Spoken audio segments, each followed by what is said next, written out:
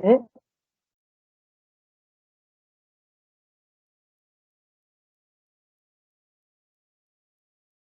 Bom dia, professora. Bom dia, pessoal.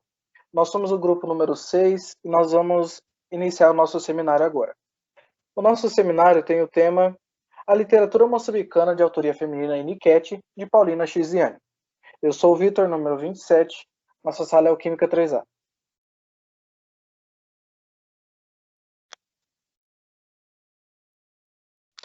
Bom, o nosso estudo vai ser dividido em dois principais tópicos: a base teórica e análise de corpos.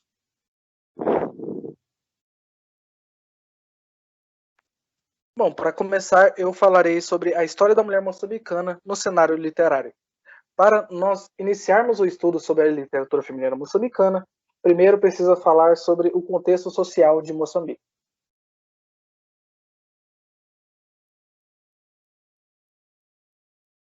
Bom, a cultura e a tradição de Moçambique é uma cultura muito conservadora e muito machista ainda. A mulher fica muito em segundo plano.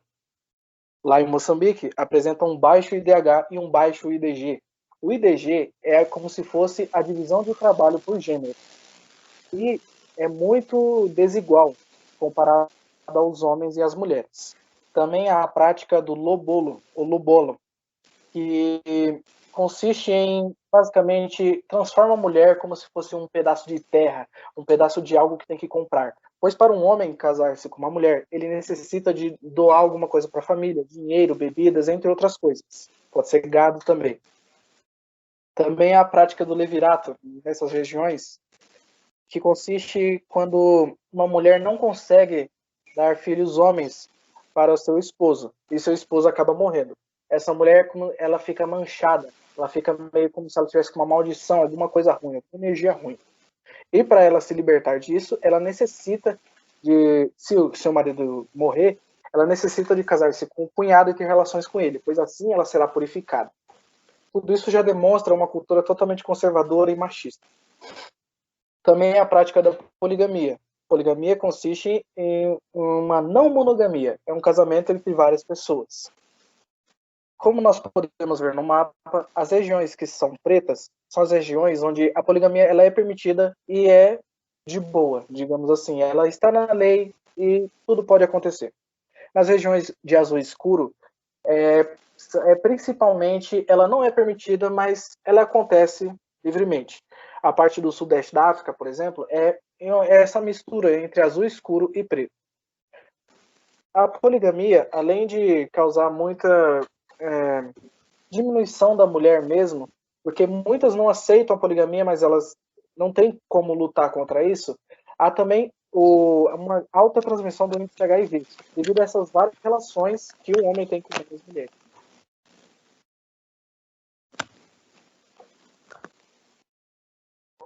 Bom, aqui nós podemos ver Moçambique e ali a região do índice de AIDS em toda Moçambique. Podemos ver que o índice é muito grande.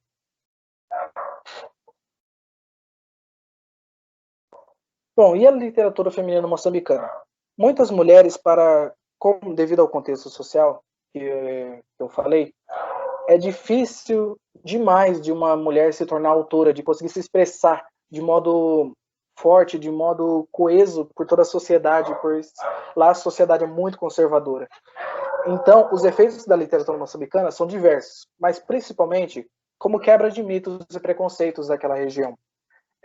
Muitas mulheres necessitam de sair de seu país para conseguir, assim, se tornarem autoras famosas, renomadas, conseguirem ganhar algum dinheiro com suas obras. Lá, por exemplo, em Moçambique, é quase nula a autoras femininas que vivem lá e publicam lá. Por exemplo, nós temos esse livro, Noêmia de Souza, Sangue Negro. Também é um livro que demonstra muito bem a realidade de Moçambique. Todo esse preconceito, todo esse preconceito racial, principalmente. Bom, aqui tem um exemplo de duas autoras, além de Paulino Xiziane, no qual nós vamos aprofundar um pouco mais, duas autoras renomadas também. Temos Noêmia de Souza, que nasceu em 1926. ela é considerada a mãe dos poetas moçambicanos. Ela foi uma das primeiras, se não a primeira, poetisa moçambicana. Eu falei de primeira ou não, pois ela foi a que teve destaque. Pois para ter destaque em Moçambique, principalmente, é quase impossível. Hoje, os textos dela são muito glorificados lá na região de Moçambique por algumas pessoas.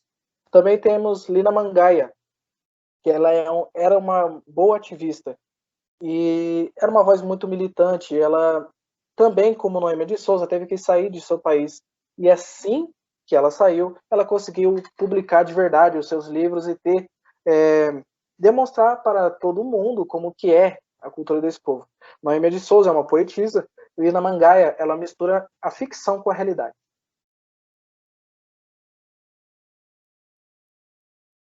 Bom, e tem essa frase do artigo, no qual nós pesquisamos, que faz uma síntese muito bem sobre todo o contexto, a mistura do contexto literário como e qual o significado da literatura feminina moçambicana.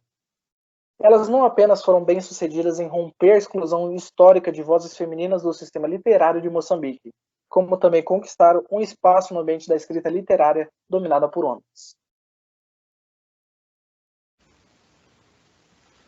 Bom, boa tarde, pessoal. Bom dia, boa noite.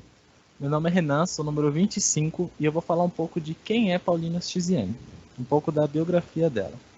Bom, Paulina Chiziane nasceu no dia 4 de julho de 1955, nos subúrbios da cidade de Maputo, em Moçambique, marcada por um forte patriarcado. Começou os estudos de linguística na Universidade Eduardo Mondlane, porém não conseguiu concluir o curso. Casou-se, teve 2 filhos e conheceu as primeiras amarguras, e começou a questionar não apenas o seu, mas um lugar no mundo reservado para as mulheres. Participou ativamente na cena política de Moçambique, como membro da Frente de Libertação de Moçambique, na qual militou durante a juventude e declara ter aprendido ali a arte da militância. Deixou todavia de se envolver na política para se dedicar à escrita e na publicação de suas obras. Entre a razão de sua escolha estava a desilusão com as regras políticas do Partido Frelimo, pós-independência, sobretudo em termos de política filo-ocidentais e confusões ideológicas internas do partido, quer pelo que diz a respeito às práticas de mono e poligamia, quer pelas posições políticas econômicas marxista-leninista, ou ainda pelo que via como suas hipocrisias em relação à liberdade econômica da mulher. Iniciou as atividades literárias em 1984, com contos publicados na imprensa, como, por exemplo, Página Literária e Revista no Tempo. Histórias que falam da vida em tempos difíceis, mas da esperança, do amor, da mulher e da África. Paulina Chiziane é a primeira mulher que publicou um romance em Moçambique. As suas escritas vêm gerando discussões polêmicas sobre assuntos sociais, tal como a prática de poligamia no país. Com seu primeiro livro, Baladas de Amor ao Vento, de 1990, a autora discute a poligamia no sul de Moçambique durante o período colonial. Esta obra transcreve a oralidade de Moçambique. Essa obra transcreve a oralidade africana para o papel, uma mensagem feminina e de esperança. Devido à sua participação ativa nas políticas de Frelimo, a narrativa reflete o mal-estar social de um país devastado pela guerra de libertação e os conflitos civis que aconteceram após a independência.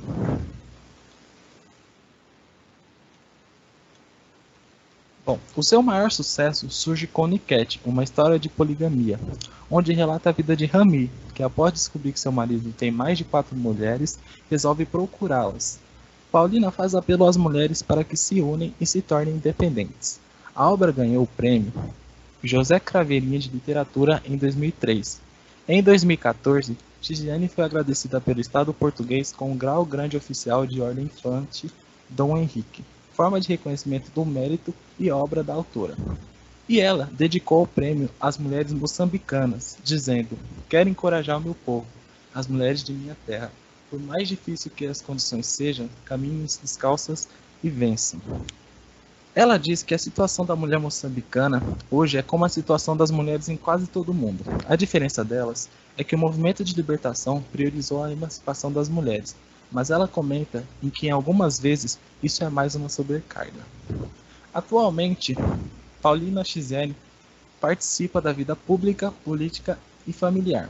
Ela vive e trabalha na Zambésia e em 2016 anunciou que decidiu abandonar a escrita porque está cansada das lutas travadas ao longo de sua carreira.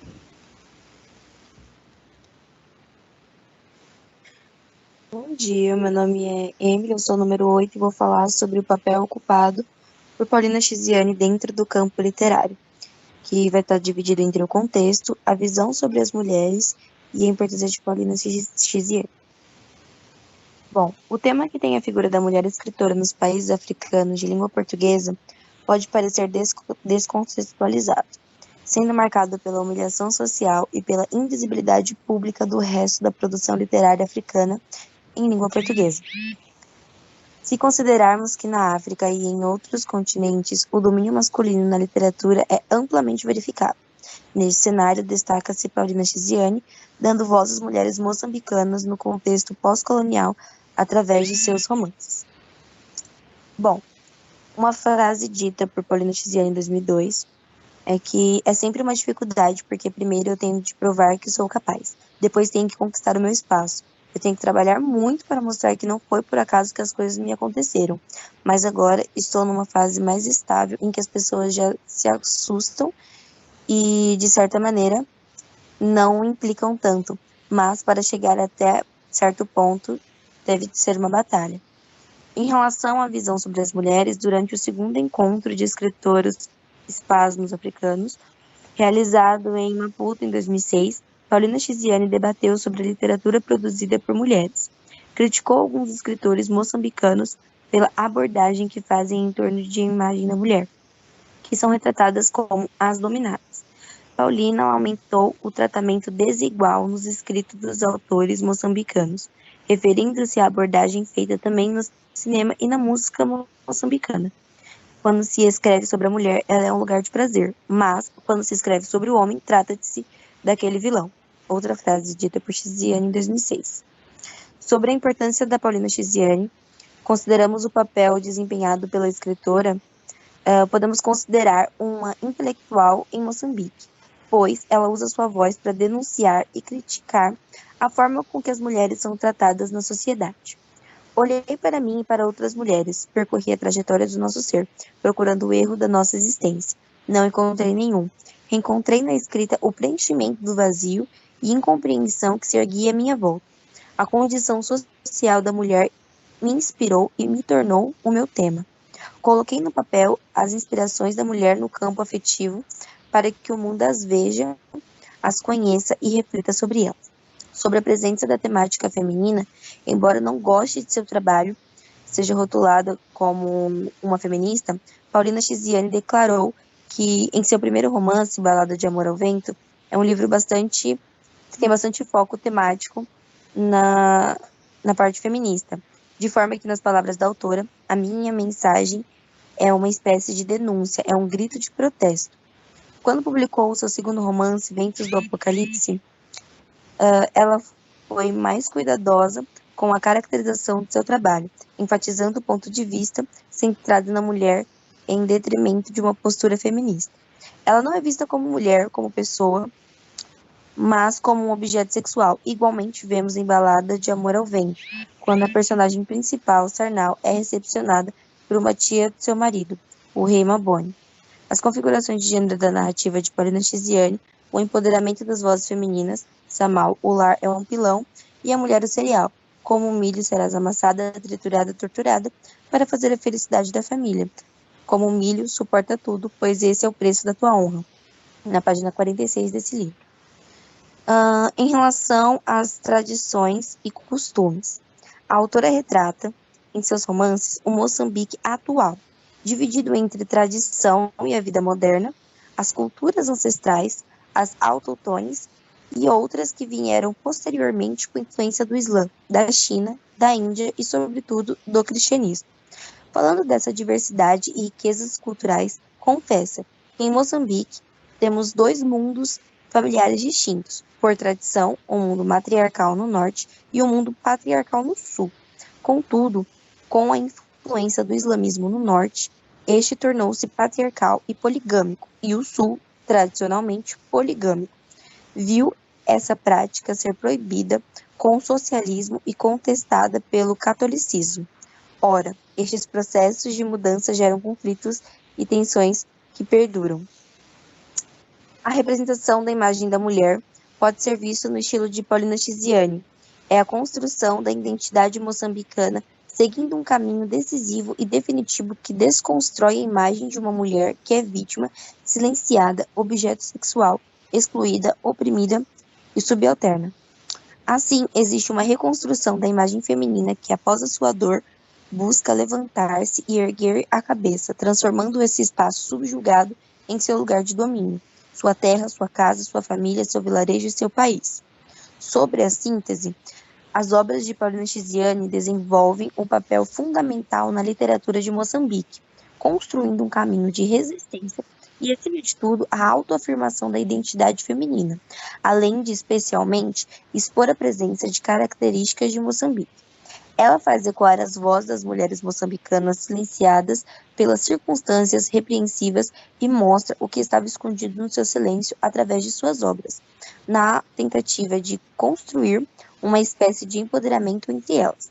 Substituir a estrutura dominante por uma estrutura nova e autêntica faz da escritora Paulina Chiziane uma produção literária feminina pós-colonial com ideias de descolonização, pois ela narra histórias de mulheres sobre realizações antigas e atuais, quando ela põe um fim ao silêncio, deixando a posição de inferioridade da luta pela sua liberdade.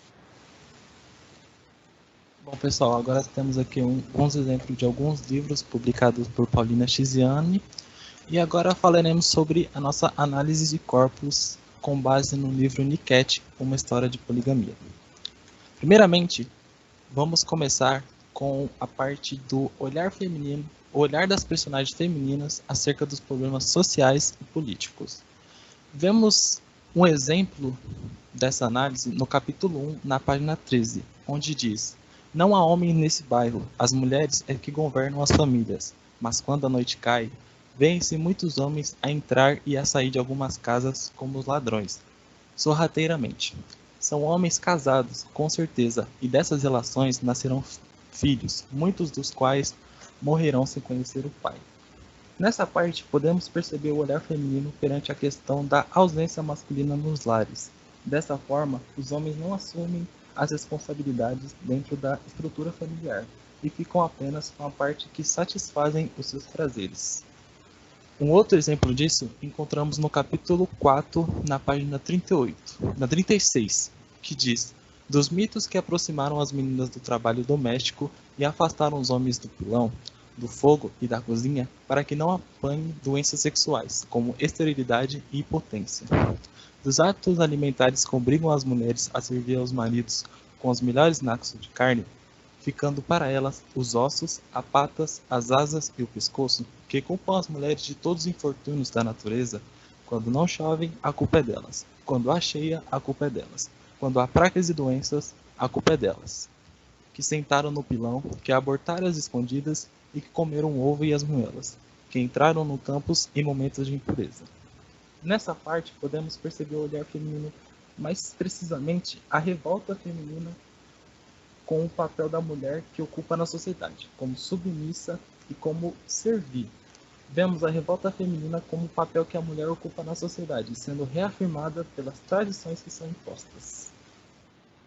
Agora, vamos falar um pouco sobre a estrutura literária de Paulina Chiziane, começando com a metáfora.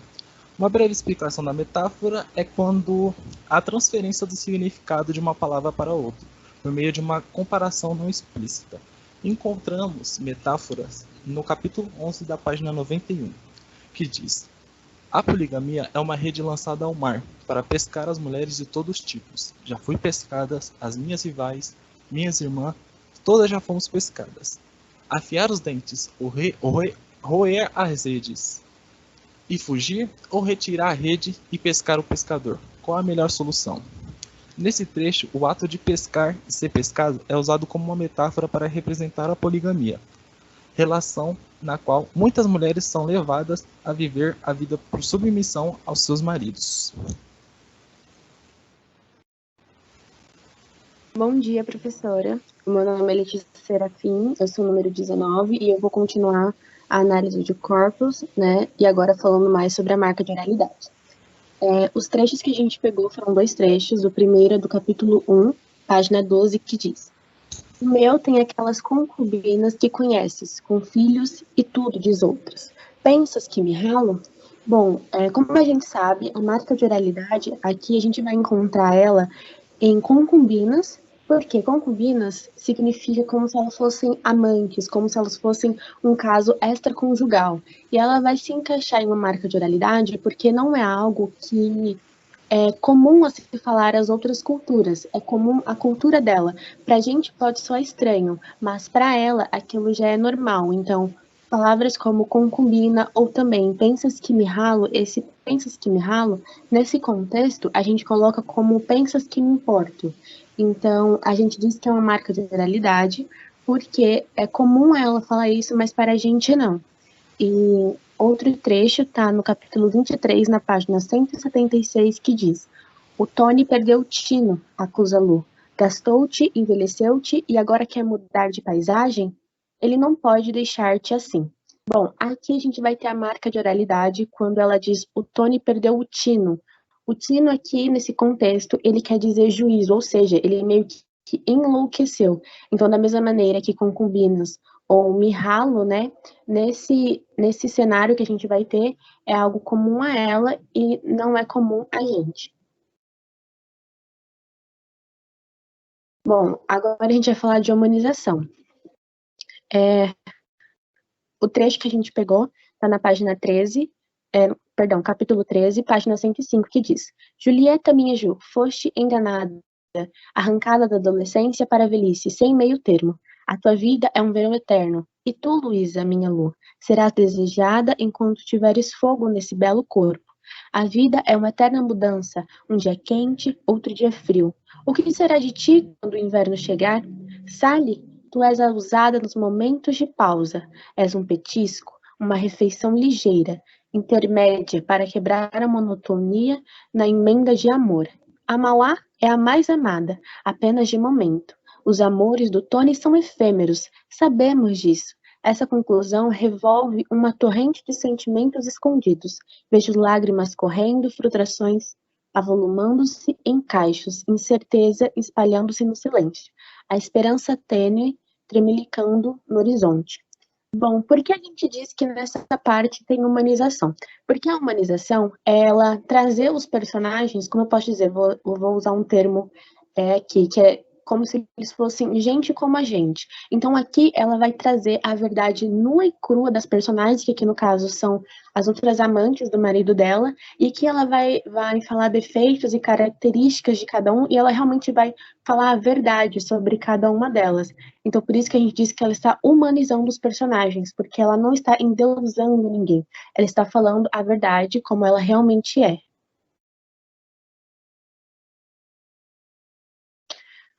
Bom, para falar sobre polifonia, nós destacamos o trecho do capítulo 16 e página 119, que diz assim: Quando o movimento declina, as mulheres sentam-se em roda, comem a refeição do dia e falam de amor.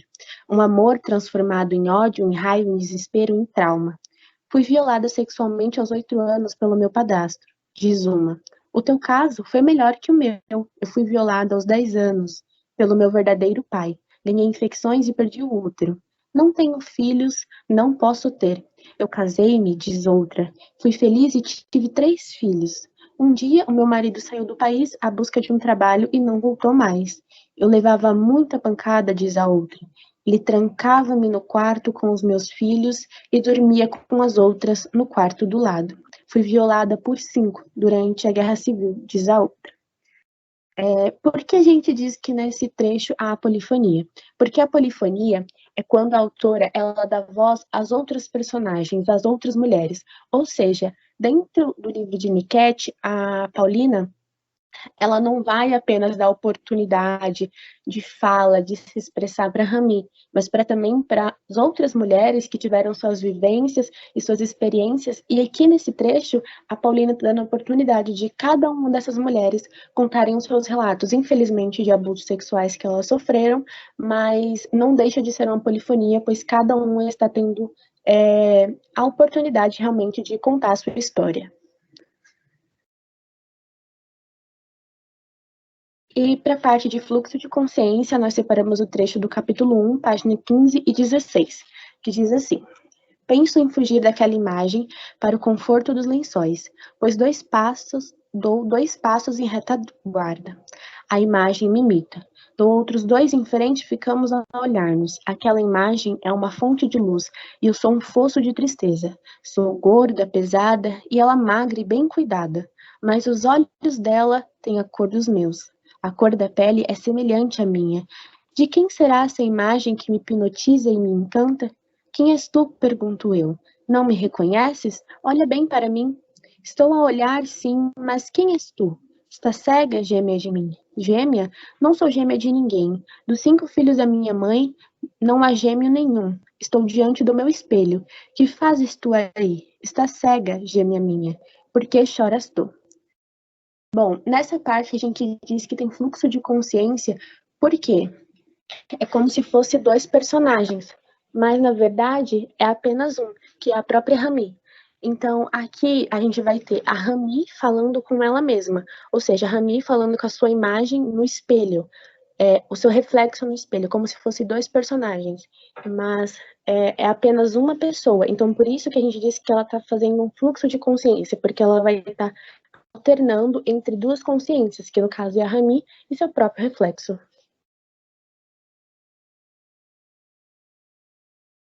E como o olhar feminino, como quebra de preconceito e desmistificação da mulher africana, a gente separou o trecho do capítulo 16, página 119, que diz assim: eu decidi ir com a Lu para a venda de roupas. Vendemos no mercado da esquina, onde há grande clientela. Este mercado está cheio de mulheres, todas elas falando alto, gritando na caça dos clientes. Por que a gente diz que aqui tem uma quebra de preconceitos? Porque elas estão fazendo uma revolução, né, de certa maneira, para a época delas, porque elas estão fazendo o contrário do que as pessoas esperavam que elas fizessem, que é se tornarem independentes. Então, elas terem o ato de irem às compras, de se tornarem empreendedoras e venderem suas próprias coisas para conseguir o lucro delas, não dependendo mais de seus maridos, né, é uma grande quebra de preconceito para sua época, porque aquilo não era normal para a sociedade, para todo o contexto que elas viviam.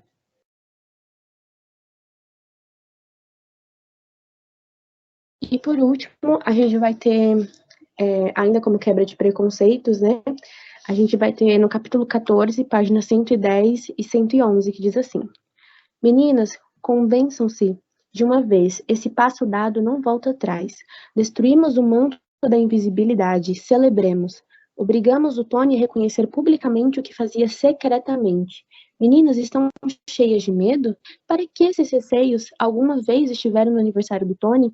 Alguma vez os vossos filhos se sentaram no colo dos tios, das tias, rodeados de carinho, como membros da família inteira? Não se assustem com o Tony. A ausência do rei não é o fim da vida. Comamos a grande e bebamos a francesa. Divertimos-nos como nunca. Aqui a gente vai ter um grande ato, né, delas, é uma cena muito importante dentro do livro, que é quando todas elas se reúnem e resolvem aparecer no aniversário do Tony, e isso acaba surpreendendo todo mundo, e principalmente o Tony. Então a gente diz que é uma quebra de preconceito, porque elas vão fazer exatamente aquilo que as pessoas não esperavam que elas fizessem, que se juntarem, né, se reunir, em vez de ficarem brigando uma com a outra, não, elas vão se juntar e vão falar, não, a gente vai ser a força, a gente vai se unir, vai conseguir vencer isso. E quando elas fazem isso, elas quebram um grande tabu, elas saem da invisibilidade, como a própria Rami diz. Então, se torna um momento muito importante dentro do livro, porque elas vão realmente quebrar um preconceito e fazer algo diferente, então elas vão chocar não só as pessoas que estavam ali naquele contexto, mas também os leitores do livro.